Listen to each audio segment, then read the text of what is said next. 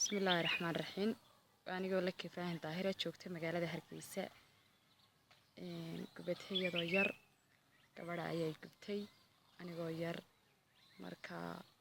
jirkayga wajigayga wada guban yahay dhammaan jirkayga qaybo badan oo kamid ah guban gacmaha oo kale intan wajiga dhan way wada guban yihiin gacmahayga kuwaas cadceed ay dhibaysa dabka ay dhibaya wax kasta way dhibayaan gacmahayga waa sidaas marka waxaan idinka codsaday walaalahayga muslimiinta ah meel kasta joogtaan walaashay malakayse kow ka tahay in ilaahay dartiisa caawisaan waxaad heli kartaan waxaad ma haysto maanta waxaan dhakhtar ku aado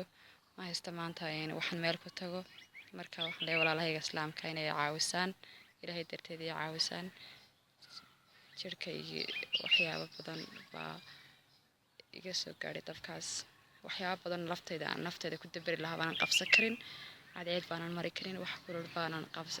u dhawaan karin Hargeysa waa kulayl wada ogtiin wadanka waa kulayl marka waxaan leeyahay walaalahayga islaamka inay caawisaan ilaahay dartiisa gargaartaan ilaahay gargaari